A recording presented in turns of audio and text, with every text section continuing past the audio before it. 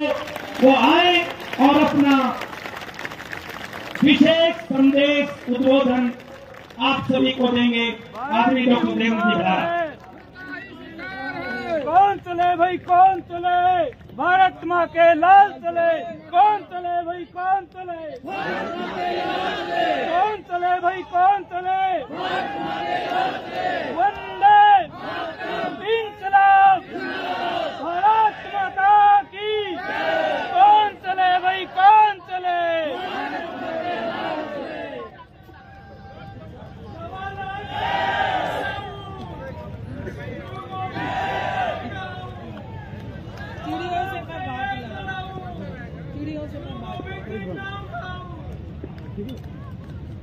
सितारों को नुमाइश में खलल पड़ता है, चांद पागल है अंधेरे में निकल पड़ता है।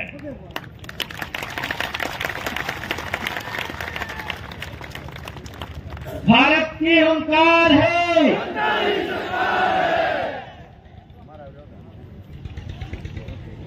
सम्मानित मंच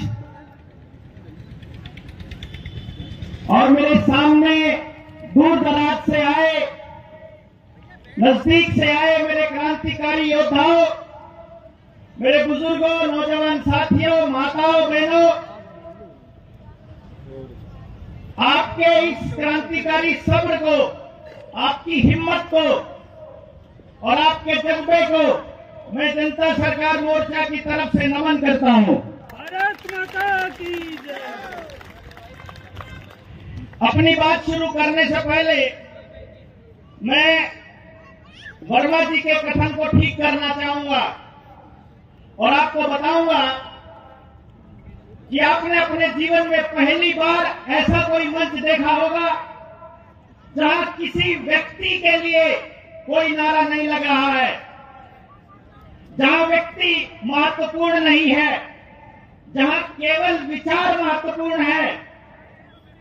तो जो ताकत वर्मा जी ने देवेंद्र बलहारा को देने की बात कही है, मैं आप सबकी इजाजत से और वर्मा जी की इजाजत से उस सारी की सारी ताकत को जनता सरकार मोर्चा और आपको समर्पित करता हूं। यहां किसी व्यक्ति अगर कोई पूछा जाए, हर रोज हर जिले में जब प्रचार कर रहे साथियों को बोलते थे सीआईडी वाले, ये सीआईडी वाले क्या बोलते थे कि प्रधान कौन है।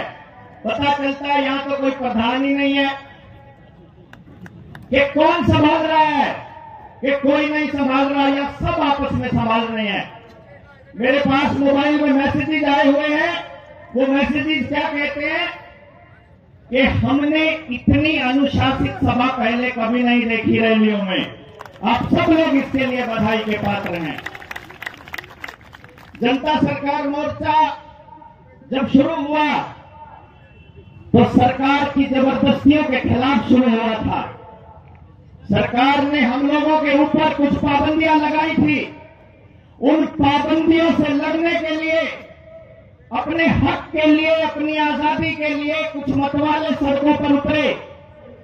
वो ताकत लेकर जो किसान आंदोलन में किसानों ने अपने बच्चों को दी थी कि जब देश का नागरिक ये कहता है कि तुम्हारे बनाए हुए कानून हमको नहीं पसंद, तो मतलब नहीं पसंद, नहीं चाहिए मतलब नहीं चाहिए, चाहे संसद ने पास किए हो, चाहे सुप्रीम कोर्ट कमेटी बनाने की बात करती है। अगर जनता को नहीं चाहिए तो जनता को नहीं चाहिए, क्योंकि इस देश का जो संविधान बाबा साहब अम्बेडकर ने बनाया था, उस संविधान की पहली लाइन है जो हमारे जनता सरकार मोर्चा के लोगों के बीच में लिखी हुई है कि हम भारत के लोग, हम कहेंगे वो काम करना पड़ेगा नेता को, अभिनेता को, संसद में बैठे हुए हमारे प्रतिनिधि को। वो प्रतिनिधि है हमारा, मालिक नहीं है। ये जो कलेक्टर है, ये जो एसपी है, ये जो आपके गांव में आने वाला सरकारी कर्मचारी है, ये आपका मालिक नहीं है, ये हमारा मालिक नहीं है, ये हमारे पब्लिक के सर्वेंट है। इसलिए लिखा जाता है पब्लिक सर्वेंट। और जनता सरकार मोर्चा का काम है जनता को ये बताना कि अपने नौकर से काम कैसे लिया जाता है। अब कुछ जबरदस्तियां से आपको लड़ना होगा। मैं जब बात करता हूं ना कि आने वाले वक्त में जो क्रांति आने वाली है उसकी शुरुआत इस धरती से होने वाली है। आज हमारे सामने बहुत सारी विपरीत परिस्थितियां थी। कुछ लोग जो क्रिकेट को, खेलों को बहुत महत्व दे रहे हैं, आज भारत का फाइनल मैच है वर्ल्ड कप का, विदाई का समय चल रहा है। भाजपा के सहयोगी किसी पॉलिटिशियन की रैली 1 नवंबर को होनी थी, जैसे ही पता चला जनता सरकार मोर्चा की रैली है, उस रैली को 19 नवंबर को ही कर दिया गया। आप समझिए, सब जगह से, चारों तरफ से विपरीत परिस्थितियों के बाद भी इतने अनुशासन में आप लोग बैठे हैं, आप सबको मैं सलाम करता हूं। ये जो जबरदस्तियां हैं जिनसे हमको लड़ना होगा, इसमें एक जबरदस्ती वो भी है जिसका जिक्र थोड़ी देर पहले रविंद्र भाई ने किया था। उसको भी करेक्ट करते हुए मैं थोड़ा सा आपको बता दूं कि जनता सरकार मोर्चा जब अपना ज्ञापन प्रशासन को दे रहा है तो उसमें एक लाइन लिख रहा है कि जनता सरकार मोर्चा ही नहीं, जनता के किसी भी व्यक्ति से डबल टोल नहीं वसूला जाएगा, चाहे फास्टैग लगा हो चाहे ना लगा हो। कल शाम से पहले आपके डिस्ट्रिक्ट की टीम के पास एक मैसेज पहुंच जाएगा। अपनी गाड़ी में 10-10 वो पर्चे छपवा कर रख लेने हैं। उसमें आपको वो सारे कानूनी प्रावधान बताए जाएंगे कि जैसे ही टोल का कर्मचारी आपसे डबल पैसे मांगता है, उसमें उस टोल की जगह का नाम, एसएचओ थाने का नाम और अपने गाड़ी का नंबर और दस्तखत और समय भरिए और उसी टाइम 112 पे कॉल करके उनके खिलाफ मुकदमे दर्ज करवाइए। 8 साल से लेकर आजीवन कारावास तक की सजा है। देश के पैसे का वैल्यू आधा करना, 1 रुपया भी कम करना। ये नहीं मालूम है टोल वालों को, ये नहीं पता है देश की जनता को। और अपनी मांगों में एक सबसे बड़ी बात जो हमने लिखी है कि हर टोल के ऊपर ये लिखा होना चाहिए, जैसे यहाँ चौक पर जाओगे आपको हमारे शहर का प्रदूषण का लेवल मालूम पड़ जाएगा। लिखा हुआ है कि इतना टीडीएस है, इतना हवा के अंदर AQI बन गया है। लेकिन क्या यही ऐसी स्क्रीन टोल टैक्स के ऊपर नहीं लगनी चाहिए? इस रोड का खर्चा कितना था, इस रोड का खर्चा कितना पूरा हो चुका है, कितना पूरा होने में रहता है, और अगर पूरा हो चुका है तो वो टोल टैक्स वहां से उखड़ना चाहिए। अगर आप लोग आज से शुरू करते हैं एक कार्रवाई, ज्यादा अगर कुछ नहीं कर सकते, रोज केवल और केवल 10 परिवारों से मिलोगे, पूरी बात समझाओगे और रोज एक परिवार भी अगर आप बनाते हो तो जनता सरकार मोर्चा को बने हुए आज 2 साल होने को हैं। कैलकुलेट करके देखिए, हर व्यक्ति के पास 2 साल में 700 परिवार होते आप लोगों के पास। लेकिन क्योंकि हम लोगों को मालूम नहीं था कि हम कितने सारे लोग हो चुके हैं, जो जनता सरकार मोर्चा के साथी घर घर, गांव गांव, शहर शहर, दूसरे राज्यों में जाकर के लोगों को जोड़ने का काम कर रहे हैं। आप यहां बैठे हैं, इससे 10 गुना लोग अपने अपने शहर में जनता सरकार मोर्चा के लिए दुआएं मांग रहे हैं और कह रहे हैं कि हम आ नहीं सकते थे क्योंकि हमारी मजबूरियां थी। ये लोग वो आए हैं जो सारी विपरीत परिस्थितियां होने के बावजूद भी निकलने की हिम्मत कर पाए हैं। तो आप अपनी ताकत को छोटा मत आंकिएगा। बहुत बुरी हालात है यहाँ की राजनीति के। यहाँ जब आपको रैली में बुलाना होता है तो वो लोग ऐसा सोचते हैं कि घर से निकलकर कोई नहीं आता। जनता सरकार मोर्चा ने आप लोगों के भरोसे एक कदम उठाने की सोची कि एक काम करते हैं, हम किसी को कोई लालच नहीं देने वाले हैं। हम ये बताने वाले हैं कि एक रैली की शुरुआत होगी जहां से क्रांति का आगाज होगा। कौन कौन लोग हैं जो अपना सिर कटवाने को तैयार है तो आ जाए रैली के अंदर। तो इतने सारे लोग आ गए, इतनी हिम्मत के लिए आप सबको इस्तकबाल, आप सबको नमस्ते, आप सबको प्रणाम। अब आपको एक एक करके ये बताना है, क्या आपको सरकारों द्वारा लादी गई उन जबरदस्तियों का सामना करना है या इसी तरह से सरकारों के आदेशों पर चुपचाप चलना होगा जैसे अभी तक करते आ रहे थे? सामना करेंगे। मैं बोलूंगा सामना करेंगे, आप बोलेंगे हम मिलकर लड़ेंगे। हम इन जबरदस्तियों का सामना करेंगे। क्या आपका बच्चा प्राकृतिक तरीके से पैदा नहीं हो सकता? तो ये आशा वर्कर जो जबरदस्ती अपने गांव में आकर दाई के ऊपर एफआईआर करवाती है, इसका विरोध होना चाहिए कि नहीं होना चाहिए? अगर कोई व्यक्ति अपने बच्चे को कोई इंजेक्शन नहीं लगवाना चाहता है तो उसको उसका अधिकार होना चाहिए कि नहीं होना चाहिए? तो कोई डॉक्टर पैदा होते ही हमारे बच्चों को हमसे पूछे बिना कैसे कोई इंजेक्शन लगा सकता है? हम लोगों को ये बताना पड़ेगा पहले से सब डॉक्टरों को कि हमारे पास सैकड़ों नहीं हजारों ऐसे बच्चे हैं जिनको हम ऑर्गेनिक बच्चे बोलते हैं, जिन्होंने आज तक डॉक्टर की शक्ल नहीं देखी है और वो बीमार भी नहीं पड़ते हैं। आपको देखना होगा कि आपके आसपास कौन से बच्चे ऐसे हैं जो सबसे ज्यादा तंदुरुस्त हैं, तो पता चलेगा जो आज तक डॉक्टर से बचे रहे वो सबसे ज्यादा तंदुरुस्त रहे। ये डॉक्टर्स आपका इलाज करने के लिए नहीं आए थे, ये आपको बीमार करने के लिए आए थे। आपके गांव में स्कूल आए तो आपके बच्चों ने खेती छोड़ दी, आपके गांव में बेरोजगारी आ गई, आपके गांव में डॉक्टर आया तो बीमारी आ गई। 50 साल पहले का गांव देखिए, एक अस्पताल एक डॉक्टर नहीं मिलेगा आपको, क्योंकि हमको मालूम था कि हमारी रसोई में, हमारे आसपास, हमारे खेत में ऐसे ऐसे औषधीय पौधे मौजूद हैं जिनका इस्तेमाल ये बाजार करता है, डॉक्टर कोई और नहीं है। अभी आपने देखा होगा जिस टाइम पर 2 साल आपको लॉकडाउन के दौरान बंद करके रखा तो घोटाला क्या सामने आया कि कुछ दवाइयों को प्रिस्क्राइब करने के लिए 10,000 करोड़ रुपए की रिश्वत डॉक्टरों को बांटी फार्मा कंपनियों ने रिकमेंड करने का। जो डॉक्टर करोड़ों रुपया लेकर के अपना कोर्स पूरा करेगा वो चाहेगा कि आपका इलाज 2 रुपए में हो जाए या आपका इलाज आपके घर में हो जाए। वो तो यही चाहेगा ना कि आप उसके एक परमानेंट कस्टमर बन जाएं। ये परमानेंट कस्टमर बनाने की जो जबरदस्ती है, क्या ये बंद नहीं होनी चाहिए?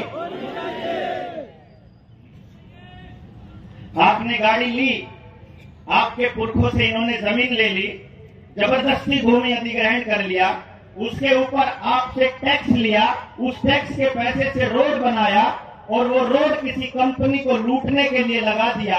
रोड टैक्स के बावजूद भी क्या टोल टैक्स होना चाहिए?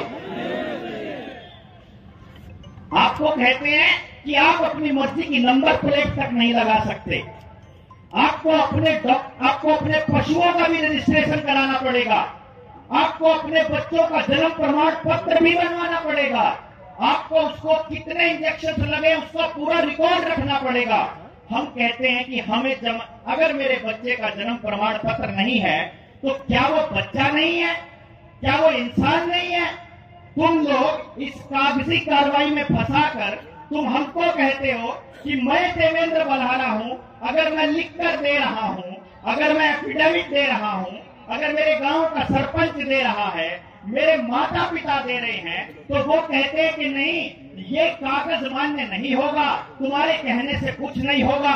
लेकिन नंदन नीलकेणी जैसे किसी उद्योगपति को हजारों करोड़ रुपए का ठेका दिया हुआ है तो उसका आधार कार्ड बताएगा कि हम कौन हैं, और उसके बाद वो ये कहते हैं कि तुमको अपने जीवन जीने के लिए जितने भी कागजात चाहिए, जितनी भी सुविधाएं चाहिए, हर सुविधा को तुमको आधार कार्ड से जोड़ना पड़ेगा।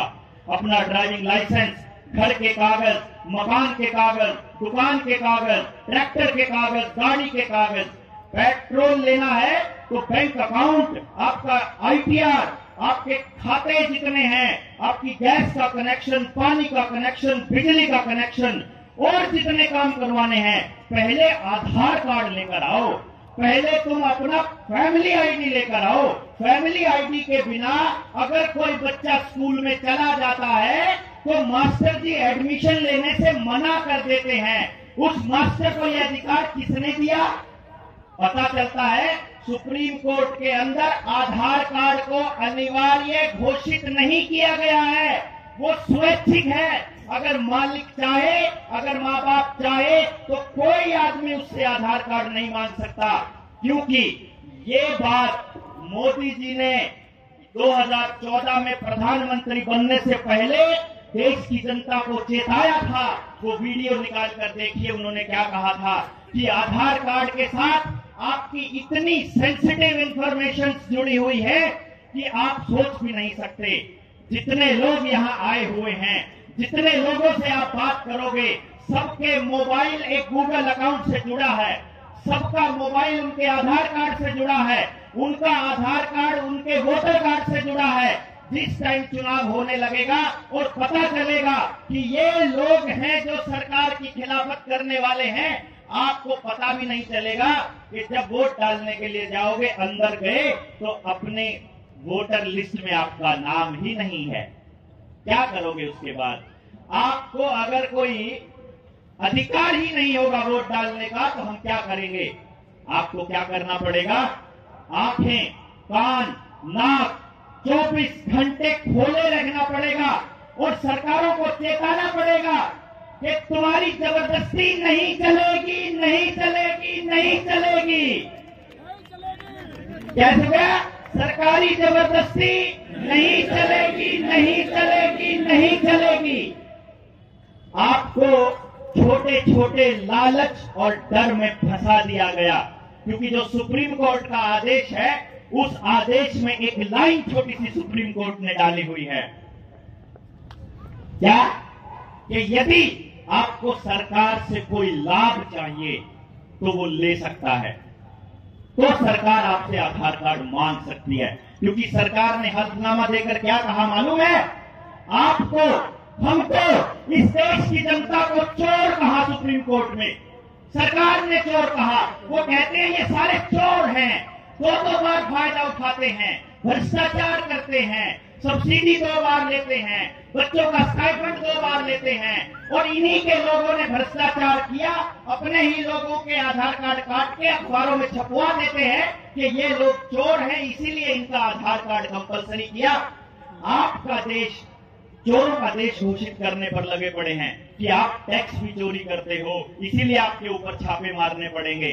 अभी 4000 ऐसे लोग इन्होंने चिन्हित किए हैं पंजाब के अंदर, इनकम टैक्स डिपार्टमेंट ने, कि आप घर के अंदर बुटीक खोल करके, घर में छोटा काम करके, कोई सिलाई बुनाई करके कोई महिला अपने बच्चों को पाल रही है, तो उसके घर में नोटिस भेजा है कि तुम टैक्स की चोरी कर रहे हो। जहां इलेक्शन होगा वहां नहीं आएगा ये, जहां इलेक्शन हो चुके हैं वहां नोटिस आएंगे आपके पास। आप अगर 1 से ज्यादा गाय पाल रहे हो तो आपको टैक्स देना पड़ेगा। यूपी के अंदर सरकार में बना दिया ये कानून, गुजरात ने बना दिया ये कानून, राजस्थान ने बना दिया ये सरकार कानून कि आप 1 से ज्यादा गाय नहीं पाल सकते हैं। अगर आप गाय पालेंगे तो आपको ये बताना पड़ेगा कि बाकी के पैसे का क्या किया। जो दूध था, घर में 2 आदमी अगर कमाने वाले थे और आपकी गाय ने, 2 गायों ने अगर 10 किलो दूध दिया तो 2 आदमी पी नहीं सकते, तो बाकी का खोया निकाल कर बेचा होगा, इसीलिए उसका टैक्स देना पड़ेगा तुमको। वो कहते हैं तुम चोर हो। वो कहते हैं कि इस देश के लोग अपनी मांग नहीं उठा सकते।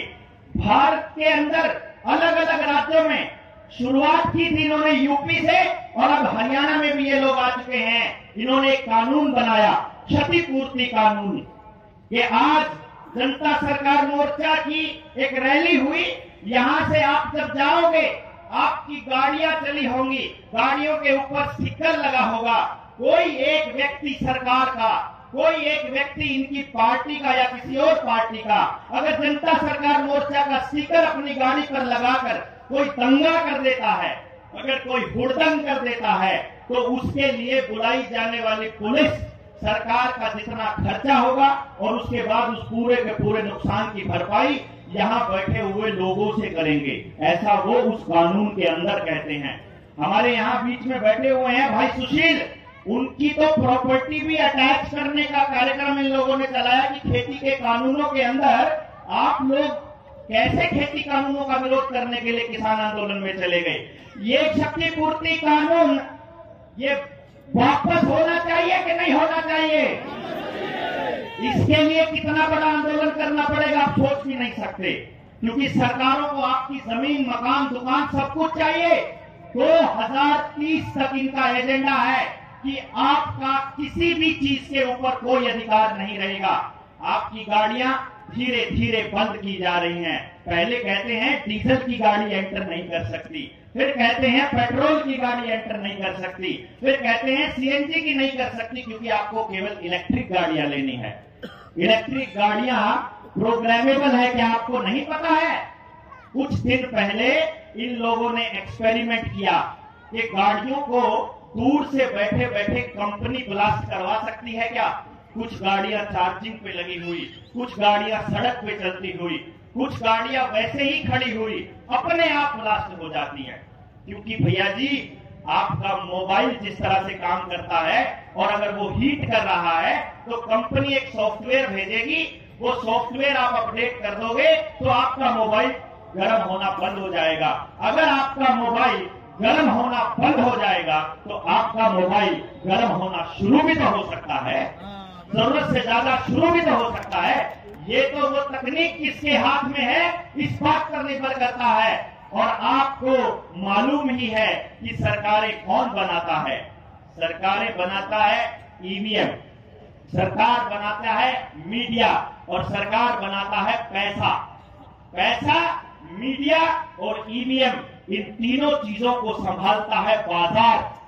बाजार मतलब पूंजीपति, और बाजार का एक ही नियम है और वो है पैसा और प्रॉफिट। इसके बदले में देश की जनता का जीवन दूभर हो, इसके बदले में देश बर्बाद हो जाए, इनके बच्चे बीमार पड़े रहे, विकलांग पैदा हो, अपंग पैदा हो, इनके बच्चे मंदबुद्धि पैदा हो, ये आपस में लड़ते रहे, जात के नाम पर लड़े, धर्म के नाम पर लड़े, दंगे होते रहे, युद्ध होते रहे, कंगाल होते रहे, मकान बिकते रहे, दुकान बिकती रहे, ये लोग आत्महत्या करते रहे, कोई दिक्कत नहीं है। कैंसर से मरोगे कोई दिक्कत नहीं है सरकार को, बुखार से मर जाओ, बीमारी में मर जाओ, दूसरी किसी बीमारी में मर जाओ, लेकिन सरकार आपको कोरोना से नहीं मरने देगी। क्या कमाल की सरकार है भाई, क्या कमाल का दिमाग लगाते हैं। मतलब ऐसा सेलेक्टिव किस तरह से हो सकते हो आप? आपको हमारी चिंता है तो हर जगह होनी चाहिए ना। कोई भी एक भी किसान क्यों आत्महत्या करे, कोई एक भी आदमी किस तरह से परेशान हो जाए, ऐसा क्यों नहीं नियम बनता, ऐसा कानून क्यों नहीं बनता कि अगर एक गरीब से गरीब आदमी के साथ भी अगर अत्याचार कोई कर रहा है तो उसका जिम्मेदार कौन होगा, जिम्मेदारी तय की जाए। ये जनता सरकार मोर्चा की पहली लड़ाई है कि किसी के साथ भी गलत हो तो जिम्मेदारी तय हो। क्या बच्चों को लगने वाले सारे इंजेक्शन की अनिवार्यता खत्म होनी चाहिए? नंबर प्लेट आपकी मर्जी की लगनी चाहिए या कंपनी की लगनी चाहिए? फास्टैग की अनिवार्यता बंद होनी चाहिए।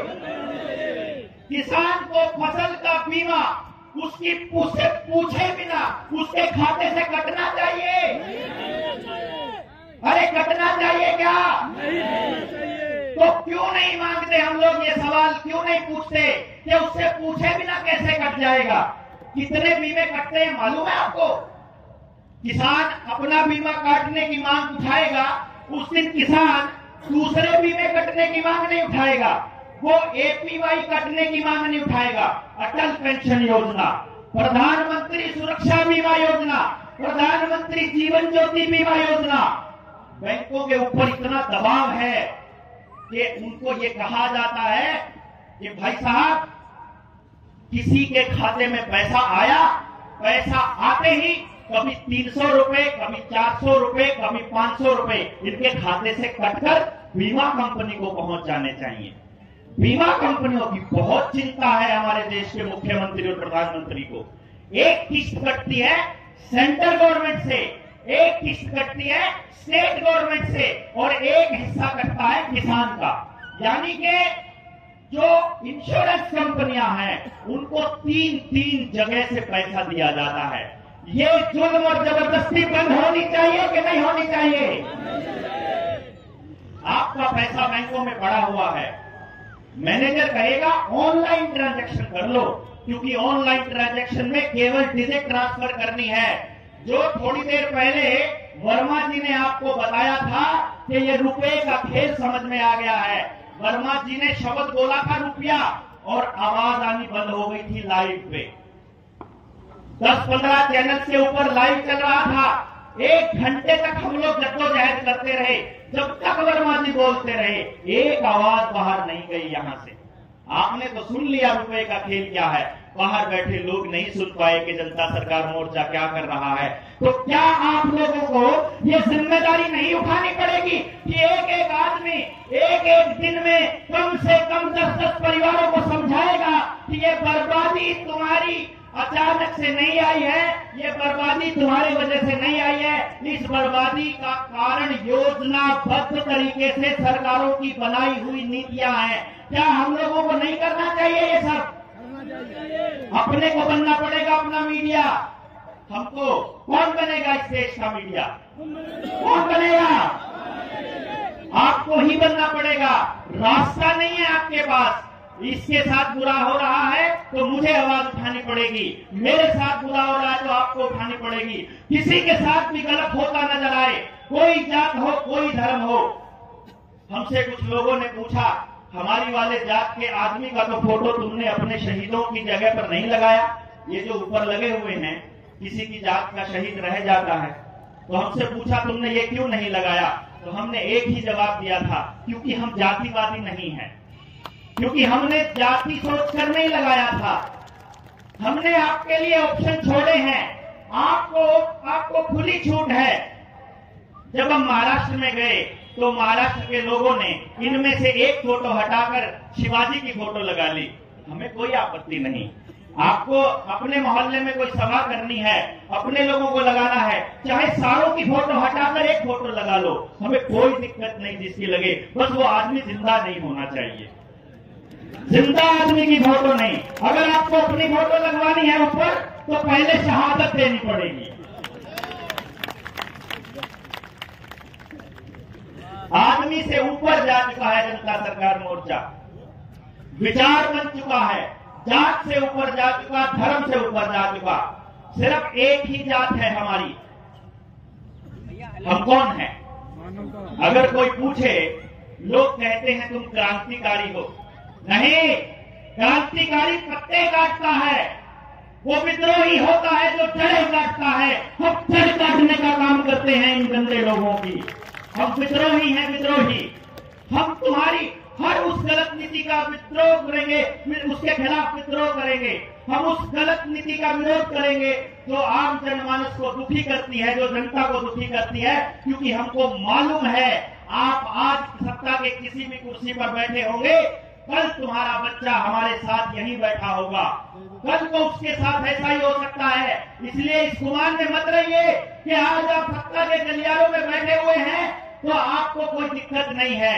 ये पॉलिटिकल पार्टियों के लोग, ये सामाजिक संगठनों के लोग उस दिन कहां सोए हुए थे जो आज यहाँ बैनर लगाकर आपको लोहड़ी की शुभकामनाएं देते हैं, दिवाली की शुभकामनाएं देते हैं, छठ पर्व की शुभकामनाएं देते हैं। वो तब क्यों नहीं बोले जब तुम्हारे बच्चों को घरों के अंदर कैद किया जा रहा था, जब हमारे बच्चों के ऊपर जबरदस्ती ला दी जा रही थी कि तुम एक सर्टिफिकेट नहीं दिखाओगे तो तुमको पढ़ने नहीं दिया जाएगा, तुमको पेपर नहीं देने दिए जाएंगे, तुम हाजिरी नहीं लगा सकते, तुम तुम लोग कोई एग्जाम में नहीं बैठ सकते, तनख्वाह नहीं मिलेगी, पेंशन नहीं मिलेगी, बस में नहीं बैठने देंगे, रेल में नहीं बैठने देंगे, दुकान नहीं खोलने देंगे, मंडी में नहीं जाने देंगे, बाजार में नहीं जाने देंगे। तुमको ये कह रहे थे वो कि अरे तुमको तो इलाज का भी अधिकार नहीं है अगर तुम लोग सरकार की बात की मान करके वो सर्टिफिकेट नहीं दिखाओगे।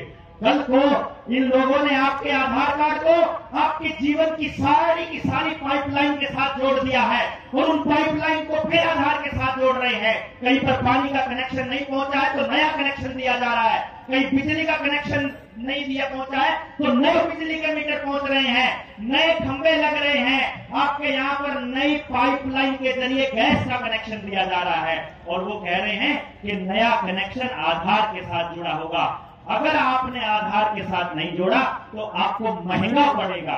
आप अगर फैमिली आईडी के साथ फॉर्म भरोगे नौकरी का तो तुमको 900 रुपए देने पड़ेंगे, विदाउट फैमिली आईडी दोगे तो तुमको 1800 रुपए देने पड़ेंगे। तो आदमी थोड़े लालच में आकर, थोड़े डर में आकर इनकी बातों को मानना शुरू कर देता है और वो सोचता है कि पैसे बचाने हैं तो आधार कार्ड दे ही देते हैं। आपको नहीं पता है ये आधार कार्ड आपकी बर्बादी और आपकी गुलामी का आधार बनने वाला है। अगली बार जब इनको आपकी गर्दन मरोड़नी होगी, आपके पेट के ऊपर लात मारनी होगी तो इनको केवल एक काम करना है, आधार कार्ड बंद कर दो, आपका जीवन की पाइपलाइन रुक जाएगी, आपके सारे काम रुक जाएंगे, बैंक अकाउंट बैन हो जाएगा, आपको गैस का कनेक्शन नहीं मिलेगा।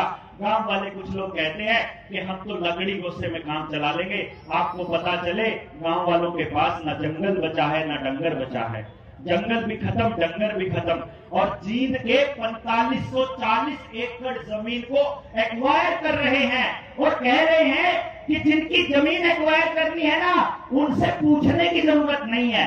दो तरह से मारते हैं, पहला लालच और दूसरा डर। लालच में कहते हैं अखबार में छपेगा करोड़पति बनेंगे जींद के किसान, और इधर से छपेगा कि मान नहीं दोगे तो जबरदस्ती छीन लेंगे। तो आदमी सोचता है कि बेचने का बट्टा नहीं लगे, इससे अच्छा तो एक्वायर हो जाए। क्यों? क्योंकि उसको कर्जे में रखा जाता है। कर्जे में क्यों रखा जाता है? कर्जे में ऐसे नहीं रखा जाता है, योजनाबद्ध। आपके पास फोन आएगा, सबके पास फोन आएगा, फोन नहीं आएगा तो मैसेज आएगा, बोलेगा बिना कागज के लोन ले लो, बिना बैंक में जाए लोन ले लो, लोन ले लो, लोन ले लो। जिसने नहीं ले रखा बोलता मेरे पास तो नौकरी भी नहीं, पैसा भी नहीं। अरे तुम डंगर पे ले लो, डंगर भी नहीं, पुरानी कार पे ले लो, वो भी नहीं, 10वीं की बीएमसी पे ले लो, अरे मैं अनपढ़ हूं तो आधार कार्ड पे ले लो, लेकिन लोन ले लो।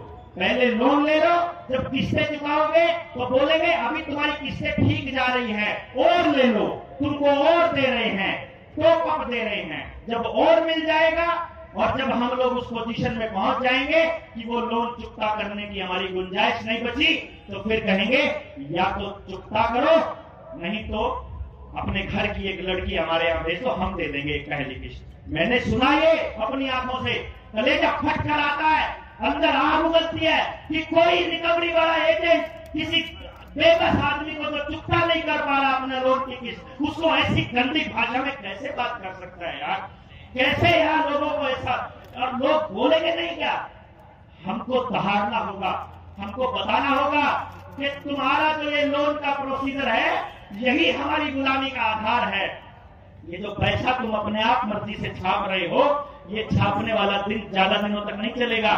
हम लोग, आपको हमने एक बात कही थी, ये स्वराज की लड़ाई है, ये अपने राज की लड़ाई है, ये जनता के राज की लड़ाई है। ये लड़ाई में हमने कहा था कि जनता ही सरकार है, और हमने आपको एक बात कही थी कि हमें भीड़ नहीं चाहिए, हमें जागे हुए लोग चाहिए। और आपका सबर देखकर, आपका यहाँ बैठा हुआ होकर ये साबित करता है कि आप सारे के सारे जागे हुए क्रांतिकारी योद्धा हो जो जरूरत पड़ने पर अपनी गर्दन भी नौछावर कर देंगे।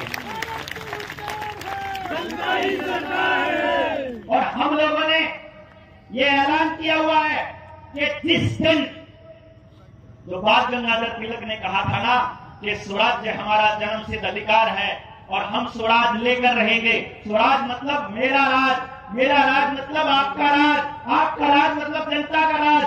जिस दिन जनता सरकार मोर्चा के लेटर हेड के ऊपर ये लिखा होगा कि मैं संजीव कुमार, और नीचे लिखा होगा सदस्य जनता सरकार मोर्चा और डेप्यूटी कलेक्टर को ये संदेश दे कि मैं तुमको ये कह रहा हूं कि मुझे ये दिक्कत है और